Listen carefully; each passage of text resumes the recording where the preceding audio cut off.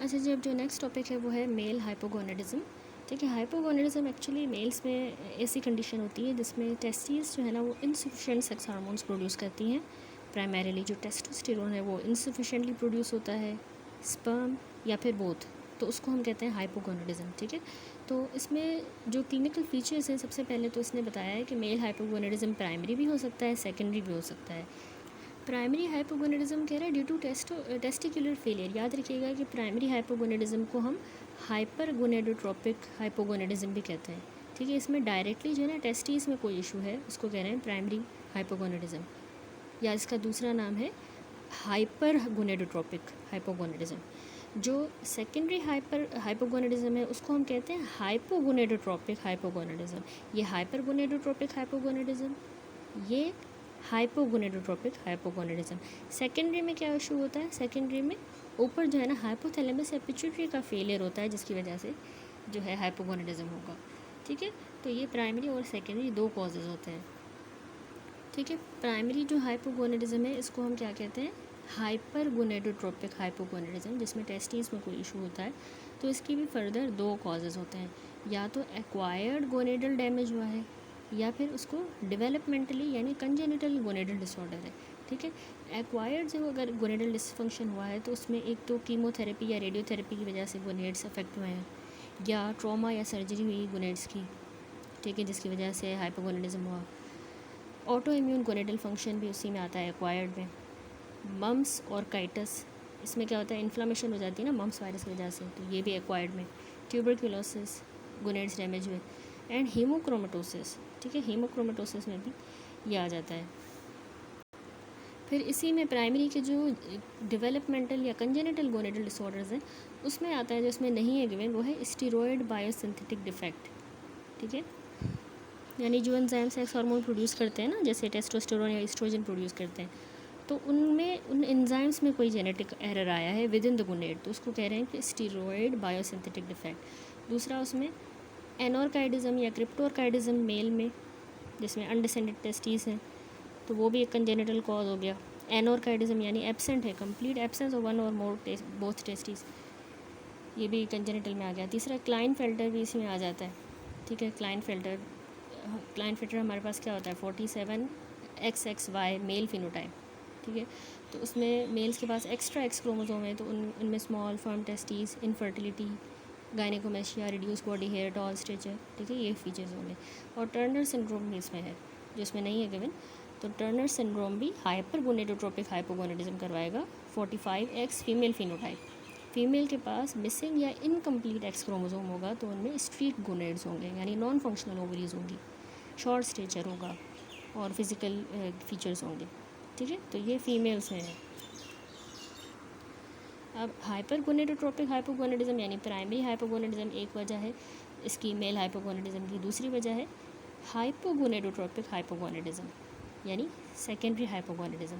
इसमें भी अब बहुत सारे कॉजेज़ आ जाते हैं। उसमें एक तो कॉज है स्ट्रक्चरल हाइपोथैलेमिक पिट्यूटरी डिजीज़ है कोई स्ट्रक्चरल, ठीक है, जो हम पीछे डिस्कस करके आए हैं पिट्यूटरी वाले टॉपिक में, ऐसी कोई डिजीज़ है पिट्यूटरी की या हाइपोथैलेमस की। दूसरा कोई या फिर फंक्शनल गोनेडोट्रोपिक डेफिशिएंसी हुई है। अब फंक्शनल गोनेडोट्रोपिक डेफिशिएंसी क्यों होगी, उसमें नंबर 1 उस पेशेंट को कोई क्रोनिक सिस्टमिक इलनेस है। सेकेंडरी में हमने क्या कहा था कि ऊपर मसला होता है यानी हाइपोथैलेमस या पिट्यूटरी का फेलियर है। प्राइमरी में टेस्टिस में इशू था, यहाँ पर पिट्यूटरी या हाइपोथैलेमस में इशू है, तो इसमें फंक्शनल गोनेडोट्रोपिक डेफिशिएंसी हो जाती है, जिसमें क्रोनिक सिस्टमिक इलनेस जैसे asthma, malabsorption, coeliac disease, cystic fibrosis, renal failure, ऐसी कोई सिस्टमिक डिजीज़ है जिसकी वजह से उसका गोनेडोट्रोपिन डेफिशिएंसी है, या psychological stress, anorexia nervosa, excessive physical exercise, hyperprolactinaemia and Cushing syndrome, primary hypothyroidism. ठीक है, और लास्ट में कैलमन सिंड्रोम, ये भी आइसोलेटेड गोनेडोट्रोपिक डेफिशिएंसी। ठीक है, कैलमन सिंड्रोम जिसको हम कहते हैं, इसमें एक्चुअली कैलमन सिंड्रोम जो है जेनेटिक कंडीशन होती है जिसमें आइसोलेटेड गोनेडोट्रोपिन की ही डेफिशिएंसी होगी और इम्पेयर्ड सेंस ऑफ स्मेल भी होता है। ठीक है, इसने अब थर्ड कॉजेज़ भी कर दी हैं अलग से, एंड्रोजन रेजिस्टेंस सिंड्रोम, ये भी एक इटियोलॉजी है मेल हाइपोगोनेडिज्म की, एंड्रोजन रेजिस्टेंस सिंड्रोम।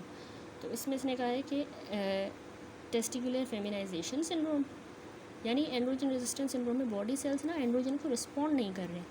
इवन उसके अगर टेस्टोस्टेरोन के लेवल बिल्कुल सही है, नॉर्मल है या इवन हाई है, रिस्पॉन्ड नहीं कर रही बॉडी। तो उसमें एक आता है टेस्टिकुलर फेमिनाइजेशन सिंड्रोम। ये एक सीवियर फॉर्म है एंड्रोजन इनसेंसिटिविटी की, जिसमें जेनेटिक मेल जो है XY वो डेवलप करता है फीमेल एक्सटर्नल कैरेक्टरिस्टिक, क्योंकि एंड्रोजन्स को उसने रिस्पॉन्ड ही नहीं किया है, वो जेनेटिकली मेल XY है, तो उसने एंड्रोजन्स को रिस्पॉन्ड नहीं किया, तो वो एक्सटर्नल कैरेक्टरिस्टिक उसकी फ़ीमेल वाली है, तो इसको हम एंड्रोजन इनसेंसिटिविटी सिंड्रोम भी अब कहते हैं। दूसरा नाम इसका है एंड्रोजन इनसेंसिटिविटी सिंड्रोम या टेस्टिकुलर फेमिनाइजेशन सिंड्रोम। दूसरा है 5 रिडक्टेज डेफिशिएंसी। तो ये भी जेनेटिक डिसऑर्डर है जिसमें टेस्टोस्टेरोन डाईहाइड्रोक्सी टेस्टोस्टेरोन में कन्वर्ट नहीं होता, जो क्योंकि DHT जो है ना, डाईहाइड्रोक्सी टेस्टोस्टेरोन, बहुत ज़रूरी होता है मेल एक्सटर्नल जेनिटेलिया की डेवलपमेंट के लिए ड्यूरिंग फीटल लाइफ और male secondary sexual characteristics at puberty के लिए, तो उसमें कन्वर्जन नहीं हो पाती 5 रिडक्टेज डेफिशिएंसी में। ठीक है, तो ये सारे हो गए मेल हाइपोगोनेडिज्म के कॉजेज़। ठीक है, क्लासिफिकेशन आपने याद रखनी है। अब आ जाते हैं इसके क्लिनिकल फीचर्स पे। ठीक है, जो भी हो, हाइपरगोनेडोट्रोपिक हाइपोगोनेडिज्म या हाइपोगोनेडोट्रोपिक हाइपोगोनेडिज्म, दोनों में जो क्लिनिकल फीचर्स होंगे ना, उसमें रिगार्डलेस इशू बेशक अगर हाइपोथैलेमस में है या टेस्टिस में है, क्लिनिकल फीचर में याद रखिएगा कि लॉस ऑफ लिबिडो यानी decreased sex drive and lethargy के साथ मसल वीकनेस भी होगी, यानी स्ट्रेंथ और एनर्जी कम हो जाएगी। ठीक है, हाइपोगोनेडिज्म में। और डिक्रीज फ्रीक्वेंसी ऑफ शेविंग, क्योंकि फेशियल हेयर ग्रोथ भी कम हुई है। इनको गायनेकोमेस्टिया होगा, यानी development of breast tissue in males. Infertility होगी। ठीक है, डिलेड प्यूबर्टी, यानी अगर हाइपोगोनेडिज्म चाइल्डहुड या एडोलेसेंस के दौरान होता है तो उनकी प्यूबर्टी नॉर्मली प्रोग्रेस नहीं करेगी, उनकी डिलेड प्यूबर्टी होगी। ऑस्टियोपोरोसिस भी याद रखिए, इसमें नहीं लिखा। ऑस्टियोपोरोसिस जो है, क्योंकि टेस्टोस्टेरोन की काफ़ी टाइम से डेफिशिएंसी है तो फ्रैक्चर का रिस्क भी बढ़ जाता है। और एक और बात, अनीमिया ऑफ क्रोनिक डिजीज़ भी इसमें क्लिनिकल फीचर है, जो कि लॉन्ग टर्म इन्फ्लामेटरी कंडीशन या हार्मोनल इम्बैलेंस की वजह से इनको हो जाता है अनीमिया ऑफ क्रोनिक डिजीज़। ठीक है, ये इनकी क्लिनिकल फीचर। अब इनमें हम क्या इन्वेस्टिगेशंस करवाएंगे? अच्छा, इन्वेस्टिगेशन से पहले कुछ एडिशनल पॉइंट्स हैं कि माइल्ड हाइपोगोनेडिज्म ओल्डर मैन में जो है ना, पार्टिकुलरली ओल्डर मैन जिनको सेंट्रल ओबेसिटी होती है, यानी अगर जिनको एब्डोमिनल फैट ज़्यादा होता है और अगर उनको मेटाबॉलिक सिंड्रोम है, जैसे high blood pressure, high blood sugar, body fat waist के अराउंड, एबनॉर्मल कोलेस्ट्रॉल, तो उनको पार्टिकुलरली ये माइल्ड सा हाइपोगोनेडिज्म होता है। ठीक है, तो उसमें कुछ पोस्टुलेटेड मैकेनिज़्म है और वो मैकेनिज़्म कॉम्प्लेक्स है। उसमें आ जाता है एक तो सेक्स हार्मोन बाइंडिंग ग्लोबुलिन की रिडक्शन हो जाना ड्यू टू इंसुलिन रेजिस्टेंस। ठीक है, इंसुलिन की रेजिस्टेंस है ना मेटाबॉलिक सिंड्रोम में, मैंने आपको बताया। तो मेटाबॉलिक सिंड्रोम में उनको इंसुलिन रेजिस्टेंस है, तो उनसे उनका सेक्स हार्मोन बाइंडिंग ग्लोबुलिन जो प्रोटीन होती है वो कम हो जाती है। ठीक है, तो सेक्स हार्मोन बाइंडिंग जो प्रोटीन है, जो ग्लोबुलिन है, वो एक्चुअली करती क्या है, वो टेस्टोस्टेरोन के साथ बाइंड करती है। तो अगर वो ही रिड्यूस हो गई है तो उससे पैराडॉक्सिकली फ्री यानी एक्टिव टेस्टोस्टेरोन बढ़ जाएगा, लेकिन ओवरऑल जो टेस्टोस्टेरोन की प्रोडक्शन है वो फिर भी इम्पेयर्ड होगी। ठीक है, दूसरी एक ये वजह है कि गोनेडोट्रोपिन रिलीजिंग हार्मोन की रिडक्शन हो जाती है और गोनेडोट्रोपिन सिक्रीशन भी जो है वो कम हो जाती है बाय द साइटोकाइंस या ईस्ट्रोजेंस जो एडिपोज टिश्यू बना रहे हैं, क्योंकि मैंने आपको बताया इनको मेटाबॉलिक सिंड्रोम होता है या सेंट्रल ओबेसिटी होती है, तो उनका जो एडिपोज फैट है ना, वो इन्फ्लामेटरी साइटोकाइंस बना रहा होता है, तो उसमें ईस्ट्रोजन भी बनता है। ठीक है, इन्फ्लामेटरी साइटोकाइंस भी बना रहा है और ईस्ट्रोजन भी वो फैट बना रहा है। तो ये क्या करेंगे, ये हाइपोथैलेमस से सिग्नल्स को सप्रेस कर देंगे और पिट्यूटरी से, जैसे LH और FSH, इन सिग्नल्स को सप्रेस कर देंगे, क्योंकि ये सिग्नल्स हमें पता है ज़रूरी होते हैं टेस्टोस्टेरोन के लिए, FSH LH। तो उनको ये फैट से जो साइटोकाइंस बन रहे हैं ये उन सिग्नल्स को सप्रेस करेंगे, तो उसकी वजह से ये हाइपोगोनेडिज्म हो रहा है। इसके अलावा वैसे भी जो मेल हाइपोगोनेडिज्म है, ये टेस्टोस्टेरोन का जो लेवल होता है एज के साथ भी ग्रेजुअली फॉल करता है। ये एक नेचुरल पार्ट है, यानी एजिंग का मेन में, बिल्कुल जिस तरह हमने पढ़ा है कि वुमेंस में मेनोपॉज होता है, तो उसी तरह मेन में भी, लेकिन टिपिकली ये इतना एब्रप्टली नहीं होता। ये एज रिलेटेड उनमें गोनेडोट्रोपिन लेवल डिक्लाइन हो जाता है, यानी लो हो जाता है या इनअप्रोप्रिएटली नॉर्मल रेंज में आ जाता है। ठीक है, इनअप्रोप्रिएटली नॉर्मल रेंज। तो उससे ये ज़ाहिर होता है कि उनमें हाइपोथैलेमस में थोड़ा सा मसला हुआ है। ठीक है, यानी उनमें सटल सा सेंट्रल डिस्फंक्शन हुआ है, यानी हाइपोथैलेमिक या पिट्यूटरी डिस्फंक्शन हुआ है rather than primary testicular failure. तो एज की वजह से जो हुआ है ये भी एक वजह है। अब तो वैसे भी जो है ट्रेंड ज़्यादा है to measure the testosterone in older man because erectile dysfunction की वजह से एंड लैक ऑफ लिबिडो। ठीक है, अब इन्वेस्टिगेशन देखें। इन्वेस्टिगेशन में मेल हाइपोगोनेडिज्म में सबसे पहले तो हमने कंफर्मेशन करनी है लो टेस्टोस्टेरोन की। पहला स्टेप ये होता है कि हाइपोगोनेडिज्म को हम कंफर्म करें by demonstrating low fasting 9 hour serum testosterone level. याद रखिएगा ये जो सीरम टेस्टोस्टेरोन लेवल हम मेजर कर रहे हैं ये 9 बजे यानी सुबह के 9 बजे, क्योंकि वैसे नॉर्मली सुबह 7 से 10 बजे तक टेस्टोस्टेरोन के लेवल हाईएस्ट होते हैं। ठीक है, तो उस टाइम पे ज़्यादातर हम प्रेफर करते हैं टेस्टोस्टेरोन के लेवल मेजर करना, और वो भी फास्टिंग में। तो अगर उस टाइम पे भी अगर लो मिले, जब इतना वैसे बाकी दिन में फिर लो हो जाता है कंपैरेटिवली उसका लेवल, तो सुबह 9 बजे ही ये टाइम प्रेफर किया जाता है। उस टाइम पे अगर लो मिले टेस्टोस्टेरोन तो फिर कंफर्म हो जाता है मेल हाइपोगोनेडिज्म। ठीक है, तो पहला स्टेप ये है कि हम सीरम टेस्टोस्टेरोन लेवल कंफर्म करेंगे। कैसे? हम लो फास्टिंग 9 आवर सीरम टेस्टोस्टेरोन के लेवल अगर हमें मिलता है 9 बजे फास्टिंग पे लो मिलता है इसका लेवल, तो कंफर्म कर देता है हाइपोगोनेडिज्म। ठीक है, तो 9 बजे वाला रीज़न यही है कि इसके level through out the day fluctuate करते हैं, मॉर्निंग में हाईएस्ट होते हैं और फास्टिंग से कंसिस्टेंसी इंश्योर होगी इसकी फास्टिंग में। फिर आता है कि हमने टाइप्स ऑफ हाइपोगोनेडिज्म में डिस्टिंग्विश करना है कि यानी वो हाइपोगोनेडोट्रोपिक हाइपोगोनेडिज्म है या हाइपरगोनेडोट्रोपिक, यानी प्राइमरी है या सेकेंडरी है। तो इसमें कह रहा है कि लो टेस्टोस्टेरोन, सबसे पहले तो उसमें हमने टेस्टोस्टेरोन के लेवल देखे, वो हमें लो मिल रहे हैं। ठीक है, अब हमने देखना है कौन सा वाला हाइपोगोनेडिज्म है। तो उसके लिए हम रैंडम LH और FSH की मेजरमेंट करते हैं। LH और FSH जो है ना टेस्टिकुलर फंक्शन को रेगुलेट कर रहे होते हैं।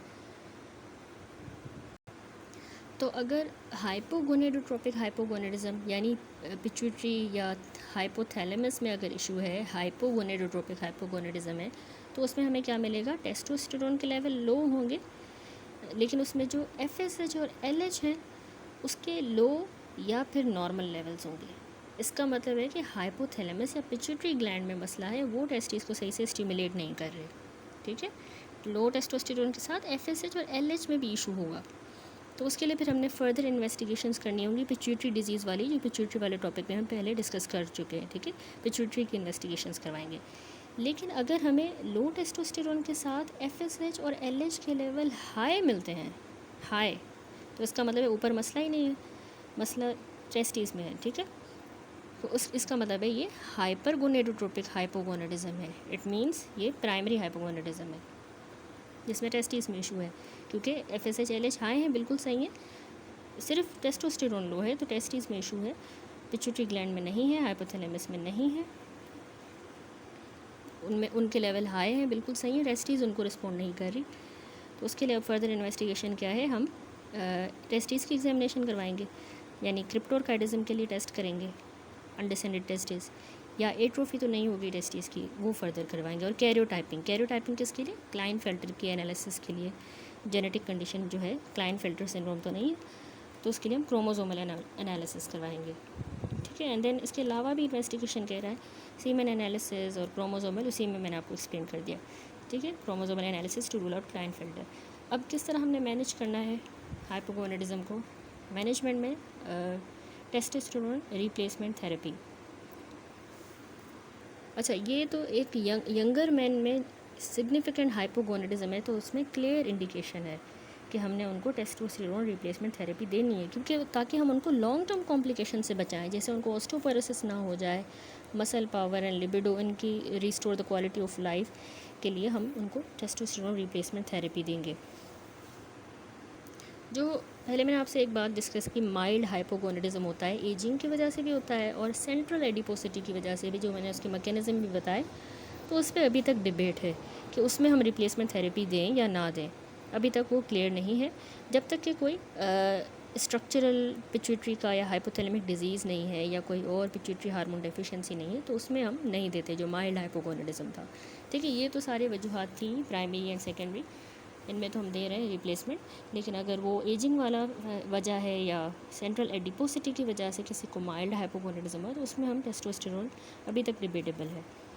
थेरेप्यूटिक ट्रायल कंसिडरेशन कह रहा है कि अगर सिम्टम्स हैं जैसे लो लिबिडो, इरेक्टाइल डिसफंक्शन, और सीरम टेस्टोस्टेरोन भी जो है हमें कंसिस्टेंटली लो मिल रहा है, तो ऐसे केस में सिम्टम्स भी हो रहे हैं, लेवल भी लो हैं, तो हम टेस्टोस्टेरोन का ट्रायल कंसीडर कर सकते हैं। लेकिन फिर भी पोटेंशियल बेनिफिट्स जो है must be weighed against the potential harms. ठीक है, रूट क्या क्या होना चाहिए टेस्टोस्टेरोन देने में? अच्छा, अब जो रूट है ना टेस्टोस्टेरोन का देने का एंड्रोजन रिप्लेसमेंट थेरेपी का, उसमें 2 रूट होते हैं, याद रखिए। एक होता है इंट्रामस्कुलर, ठीक है, दूसरा ट्रांसडर्मल। ठीक है, इंट्रामस्कुलर में जो हम देते हैं वो मैं आपको पिक्चर दिखाती हूँ डेविडसन से। तो इंट्रामस्कुलर में टेस्टोस्टेरोन अंडीकैनोएट और दूसरा टेस्टोस्टेरोन इनएंथेट, ये 2 प्रिपरेशंस हैं जो इंट्रामस्कुलर दी जाती है। ट्रांसडर्मल में सिर्फ टेस्टोस्टेरोन जेल ही दी जाती है। ठीक है, टेस्टोस्टेरोन जो इंट्रामस्कुलर हम दे रहे हैं अंडीकैनोएट, वो 1000 मिलीग्राम होता है, हर 3 महीने पे दिया जाता है। और उसमें कुछ कह रहा है कि स्मूदर प्रोफाइल है than the testosterone enanthate with less frequent injection. ठीक है, हर 3 महीनों पे। लेकिन जो दूसरा है इनएंथेट टेस्टोस्टेरोन इनएंथेट जो इंट्रामस्कुलर ही दिया जा रहा है, उसका डोज थोड़ा कम है, 50 to 250 मिलीग्राम, लेकिन ये हर 3 से 4 हफ्तों के बाद देना पड़ता है। ठीक है, और ये it produces peaks and troughs of testosterone level that are outside the physiological range and may be symptomatic, यानी इसमें बहुत ज़्यादा कम ज़्यादा हो जाता है, टेस्टोस्टेरोन पीक्स एंड ट्रॉल्स होती हैं, सिम्टम्स भी हो रहे होते हैं उसकी वजह से। तो ज़्यादा अच्छा वही रहा अंडीकैनोएट, टेस्टोस्टेरोन अंडीकैनोएट। जो दूसरी ट्रांसडर्मल जेल है, जो टेस्टोस्टेरोन जेल, ये 15 to 1000 मिलीग्राम डेली दिया जाता है। ठीक है, अब ये डेली दिया जा रहा है, स्टेबल टेस्टोस्टेरोन लेवल्स होते हैं इसमें। जेल को जो है ट्रांसफ़र भी किया जाता है following skin to skin contact with another person. ठीक है, ये इसके रूट्स हैं। वैसे फर्स्ट पास हेपेटिक मेटाबॉलिज्म की बात करें तो अगर इंजेस्टेड जो ओरल टेस्टोस्टेरोन होता है ना, वो बहुत एफिशिएंटली लिवर से मेटाबोलाइज हो जाता है, तो उसकी बायो अवेलेबिलिटी बहुत पुअर है, तो उसको हम प्रेफर नहीं करते। ठीक है, और डोजेज जो है उनको पेशेंट के सिम्टम के हिसाब से हमने टाइट्रेट करना होता है। हम बस इंट्रामस्कुलर और ट्रांसडर्मल ही देते हैं, ये 2 ही रूट हैं। ठीक है, एक्चुअल जो ब्लड लेवल्स हैं टेस्टोस्टेरोन के, वो बहुत ज़्यादा वेरिएबल हो सकते हैं, तो सिम्टम्स ही जो है ना उस बेटर इंडिकेटर होता है कि अब हमने डोज कितना करना है, सिम्टम से ही पता लगाया जा सकता है। हम ब्लड लेवल इसके थोड़े से बहुत ज़्यादा वेरिएबल होते हैं, उसकी बेसिस पे हम नहीं करते। ठीक है, सर्कुलेटिंग यानी टेस्टोस्टेरोन लेवल एक रफ़ गाइड नहीं है। साइड इफ़ेक्ट्स याद रखिएगा थोड़े से, कि एक टेस्टोस्टेरोन की थेरेपी जो है ना, वो अगर किसी को पहले से प्रोस्टेटिक कार्सिनोमा है तो उसको बहुत ज़्यादा एग्रावेट कर सकता है, एक ये साइड इफ़ेक्ट। तो याद रखिए, हमने प्रोस्टेट स्पेसिफिक एंटीजन PSA, ये हमने जो है थेरेपी स्टार्ट करने से पहले मेजर करना होता है। जो 50 साल से ज़्यादा वाले पेशेंट्स हैं उनमें ये PSA हम देखेंगे और फिर हर साल उसको मॉनिटर करते रहेंगे प्रोस्टेटिक कार्सिनोमा के लिए। दूसरा एक साइड इफ़ेक्ट एंड्रोजन रिप्लेसमेंट से ना पॉलीसाइथीमिया में हो जाता है, RBC बढ़ जाते हैं, तो ब्लड क्लॉट होने का भी रिस्क है, और इसके लिए हमें हीमोग्लोबिन कंसनट्रेशन मॉनिटर करते रहना है। और टेस्टोस्टेरोन से बॉडी की नेचुरल प्रोडक्शन जो है, उसकी अपनी टेस्टोस्टेरोन प्रोडक्शन की, वो कम हो जाती है, सप्रेस हो जाती है,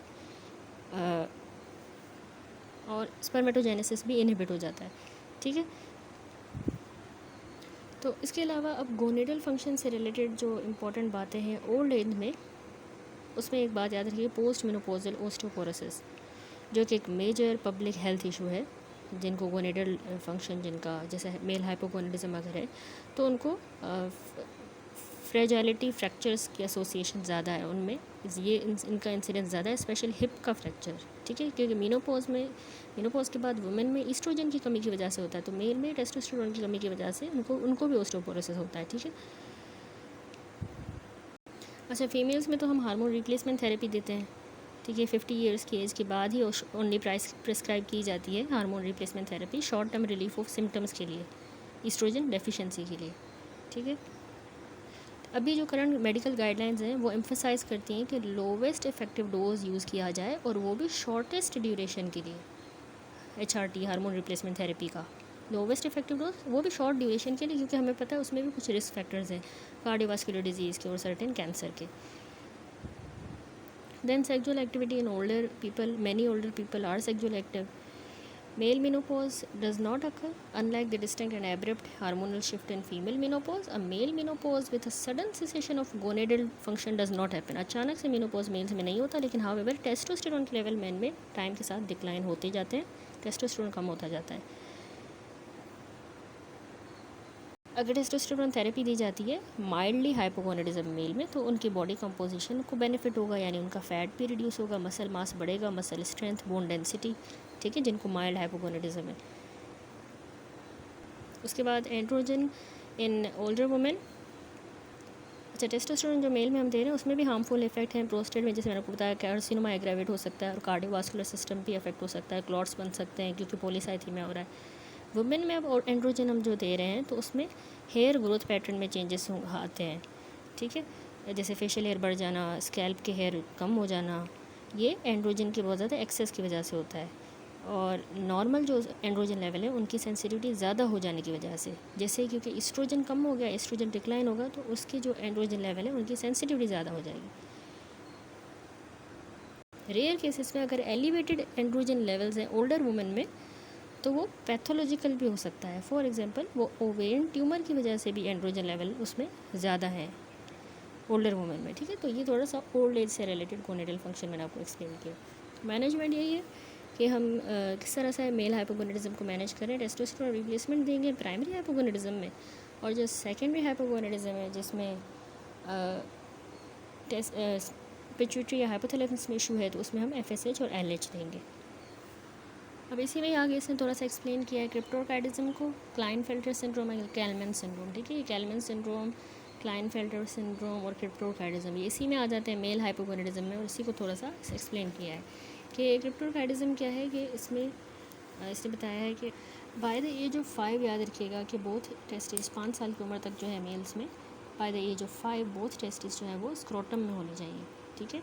अगर वो डिसेंड नहीं होती, नीचे नहीं आती अनडिसेंडेड टेस्टिस, तो वो लायबल हैं कि उनको ऊपर ट्रॉमा हो सकता है रादर देन कि अगर वो स्क्रोटम में हो, तो ऊपर ट्रॉमा इसको ज़्यादा चांस होता है ट्रॉमा का अगर वो डिसेंड नहीं होती, ठीक है। सेमिनिफेरस ट्यूब्यूल्स भी डेवलप नहीं हो पाती अनडिसेंडेड टेस्टिस में, ऊपर अगर रहेंगी तो सेमिनिफेरस ट्यूब्यूल नहीं बनेगी, और बायलेटरल स्टेरिलिटी हो जाएगी, ठीक है, इनएबिलिटी टू प्रोड्यूस चिल्ड्रन।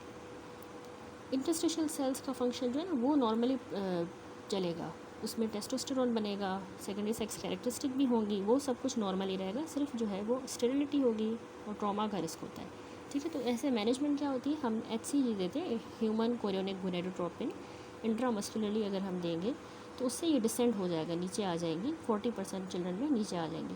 लेकिन अगर ये कंडीशन फेल हो जाती है, यानी HCG से डिसेंड नहीं हुई, या फिर अगर डिस्कवरी एडल्टहुड में जाके होती है, क्योंकि कैरेक्टरिस्टिक तो सेकेंडरी सेक्सुअल डेवलप हो रही है, पता ही नहीं चला कि अनडिसेंडेड टेस्टिस हैं, तो अगर लेट एडल्टहुड में जाके पता चलता है अनडिसेंडेड टेस्टिस हैं, तो ऐसे केस में फिर इनको रिमूव किया जाएगा या फिर इनको स्क्रोटम में सर्जिकली रखा जाएगा, ठीक है, या तो रिमूव कर देंगे या सर्जिकली स्क्रोटम में रखेंगे, ठीक है। ये हो गया क्रिप्टोकार्डिज्म।